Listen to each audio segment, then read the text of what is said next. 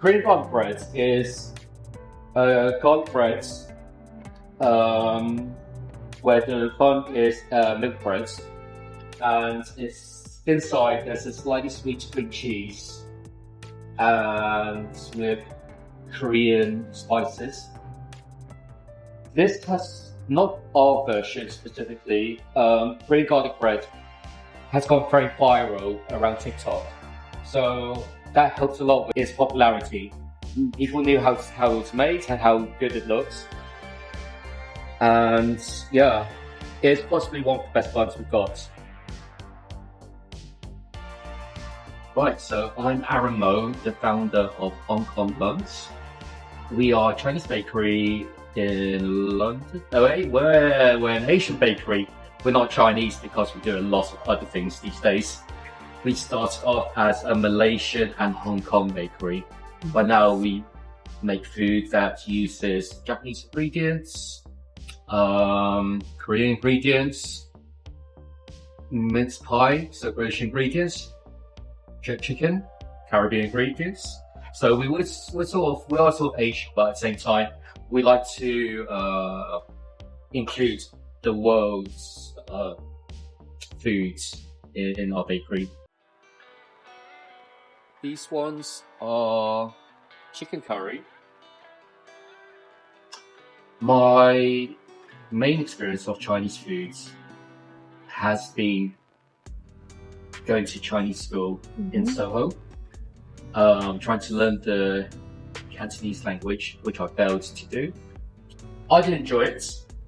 I don't speak Cantonese, so my parents, to convince us to go, is to take us to Chinatown to go to the bakeries and bribe us. So I remember eating buns quite fondly. It was supposed to be a treat.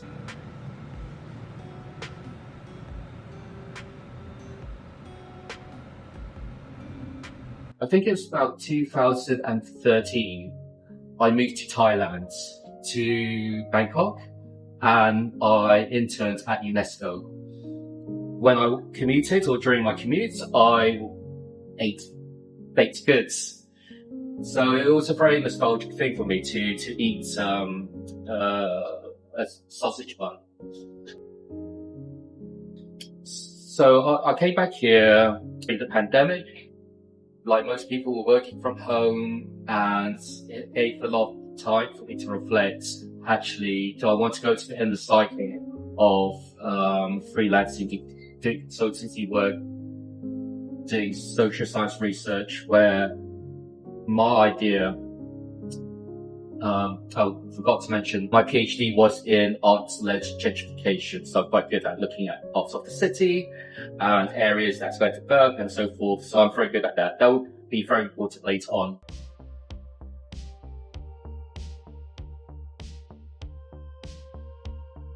My wife Icy, who came from Malaysia just before the pandemic.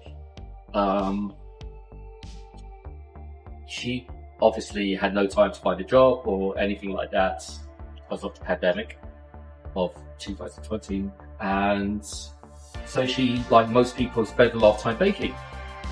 She made a lot of Asian baked goods, and I realized that, oh my god, it's really good.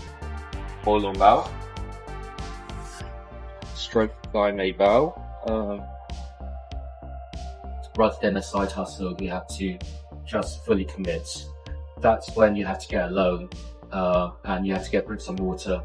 Then landlords will go, what is this? I don't know how viable this is as a business to take the risk. Looking at bank loans and so forth, there's like, basically I couldn't get any of it. Place I did stumble on, which was the British Business Bank. They help people invest in ideas and people starting their business. And so because of that, I had to take out a personal loan rather than a business loan. because it's easier to chase up debts from below their business. So I had to take risks for that. In terms of finding a brick and mortar, that was so difficult, so difficult.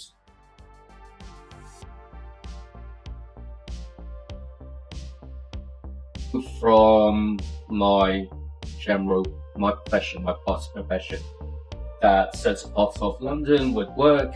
We had to look for areas with, at the time I thought, areas of high Asian population. These are some of our buns that we make, and they are made with milk bread. Milk bread is very similar to a brioche in that it's got milk, it's got butter, it's got sugar, it's enriched, basically, it's enriched dough. The type of places we were looking at, I was looking at like the long-term rents, like 5 years and so forth, which I had to learn very quickly what these things were, like rent clauses and what we can negotiate. I had no idea. There was a lot of failings. So one thing I did find very good and very useful for when you're for a startup was when it goes pop-up spaces. I did come across a group called Here, and we managed to find a site in Shoreditch which helped a lot. It did turn out that there was a big Malaysian population and Singaporean population in Old Street. The chicken curry was an interesting one. It was made by mistake. In Shoreditch, sometimes my dad comes to the shop to give us dinner, us as in my mum and my wife, and he made an Indonesian curry. I thought to my mum, let's stuff it, a bun with the curry and see how it tastes, and it worked really well. We do a lot of testing because the milk breads changes the taste of everything, all the fillings. So we have to. We can't assume it's going to work really well. Shoreditch was very much the making of us, being founded Shoreditch. There were a lot of foodies, a lot of foodies there, and very influential foodies and food magazines like Eater. So quickly and a lot of these. So while I say influencers, I don't mean influencers as in Instagram. As I'm talking about influencers where groups of very important food people come together or have their WhatsApp group and talk about different foods. It's something I never knew existed, but there are very important micro-influencers around Shoreditch, and they loved us. They absolutely loved us. Yeah, the idea of the cat paws came from our time in Shoreditch, where we used to be next to the Cat Cafe, the first ever Cat Cafe in London, and we got to know it quite well because a lot of the people who worked there were fans of our food, and the owner was saying to me, "Oh, we're interested in making something cute for some cute bread for our afternoon teas. Because it's a cat cafe, they want to get cat themed. They noticed that we love cats and was asking if we could do something like make something a bun that's cat themed. We played around with the idea of making the cat heads. We tried to do cat's tails and trying anything, any type of shape. What we did find the easiest was the cat paws. It's a good thing for us. We have control of all the fillings, how it tastes and so forth, and most times it's super sweet. Our one is too sweet, just because that's how we like it, and it appears that quite a lot of people like it that way as well. We do have feedback saying it's not too sweet, which is a good thing. And we made the little cute paws as well. We've got our Korean garlic bread, which we are thinking of making vegan, which will be very exciting for a lot of people. It's already vegetarian, but we're probably going to make it vegan.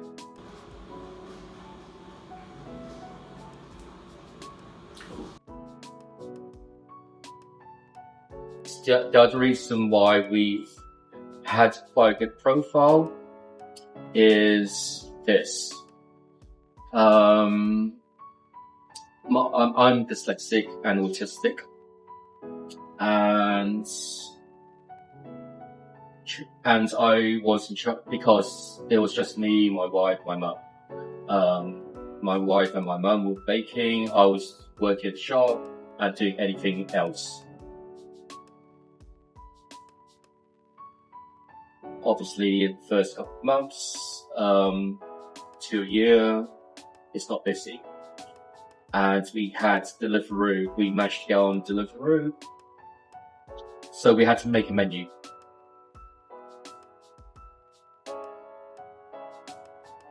I did loads of things to entertain myself, including writing the Deliveroo menu in a very tongue-in-cheek way. Someone happened to stumble across us and our menu, and it went viral on Twitter. Yes, Ed Fear. This is the guy, and that's his tweet. Yeah.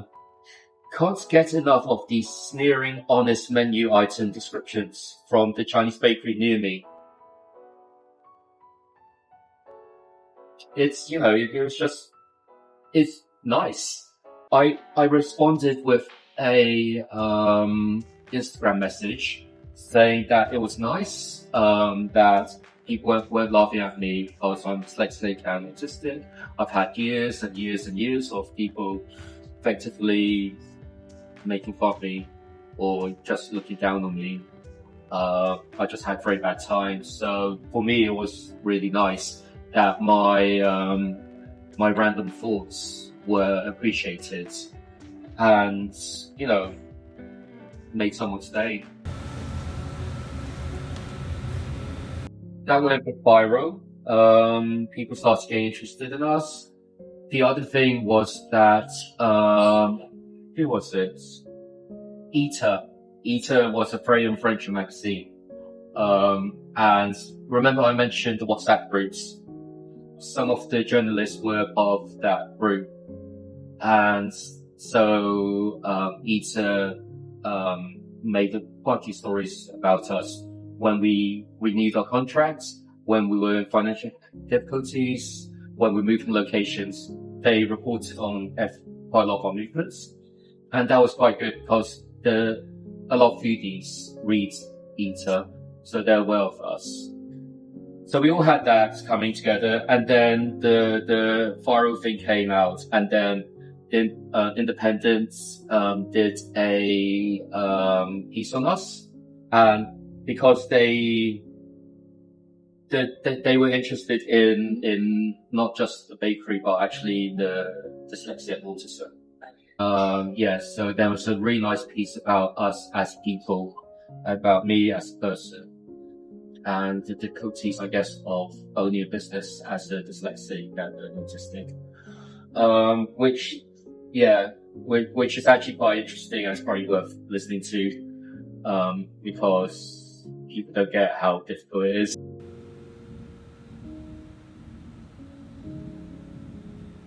The thing we liked about Shoreditch was our own shop. We could do our own thing, change menu, learn about the customer much quicker.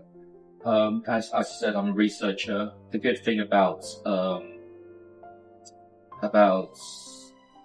owning a food business and being in Shoreditch, having your brick and mortar, was that you could just keep on changing the menu, keep on changing the layout, just keep on changing things. and then you get the feedback instantly. So we could, what do they call it? Oh, what's it? Fail fast. You fail fast, and you learn from it, and then you don't. So we did loads of that, and that's how we affected our menu. We got niche products, and because of that, some people are very interested in what we can do, or having us at their catering events, or make products for them. One case in point would be the Shangri-La at the Shard. The 5-star hotel emailed me out of the blue, asking if we were interested in making cookies for them, Chinese cookies, which now we do. We've been doing it for possibly since April, I think, of 2023, like two orders a week.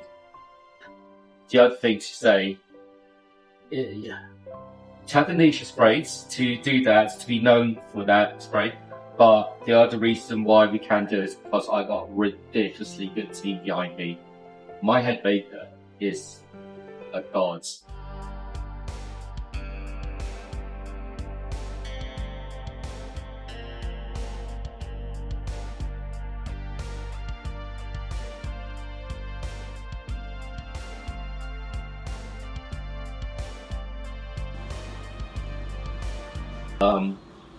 When you first start, especially as for us where we had no network behind us, we didn't know how to make packaging, didn't know how much that it cost to invest in it, not knowing what equipment to buy that would make my life easier, or investing in the wrong equipment, thinking we need that before something else.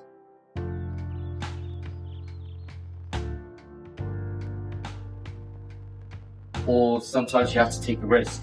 I bought all this for £40,000. I took a massive loan because this is a bakery, a fairly well-known bakery that went to liquidation, and this also is a unit that has extraction that is a legal requirement. It's very hard to find something like this. So sometimes you have to seize the moments and just look for a loan and just invest in something that you think you're not ready for yet. Which I think is going to be okay in the future if we have more wholesales, if we have another shop. But one thing that makes it worth it is when customers go out of their way to come back to the shop to say, I love your buns. They don't have to do that. They bought their bun, they ate it somewhere, then they wanted to walk all the way back just to say that. And that's really nice. You don't get that sort of, you don't get customers doing that often, that people actually want to come to you, and just say, okay, that's good.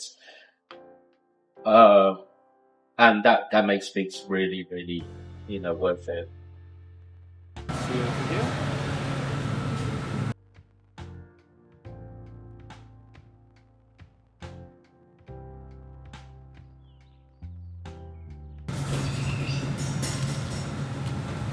That's cookie that we make for Shangri-La.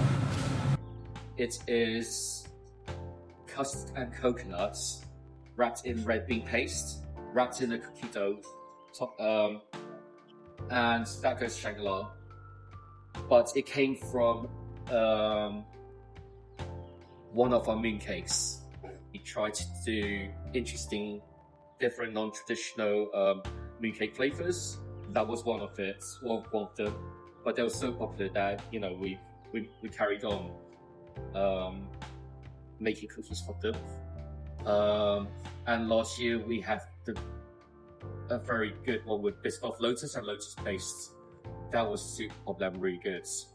Um, but yeah, Time Out's 2 years in running has had us as best mooncakes in London, or one of the best mooncakes in London. So our creativity is definitely one of the big plus points of us. And because of that, we've been talking to some food brands about customizing buns for them as well. So they're always on the horizon, and that's something that we do. As well as weddings. We also do weddings where people want special either decorations or ways, shapes, buns, or special toppings, fillings. So yeah, that's something we've gone into as well. Right, yeah, we're Ong Ong Buns, and it's named after our cat, this little thing. A lot of people ask if she's dead. She's very much alive, but you probably noticed that this little thing, our logo, is not the same thing and doesn't have the same ears as that. It's because it's our second cat, Momo. And you can see here, I literally copied this picture and made it into a bun. So a lot of people think we got two cats. We actually got a third one.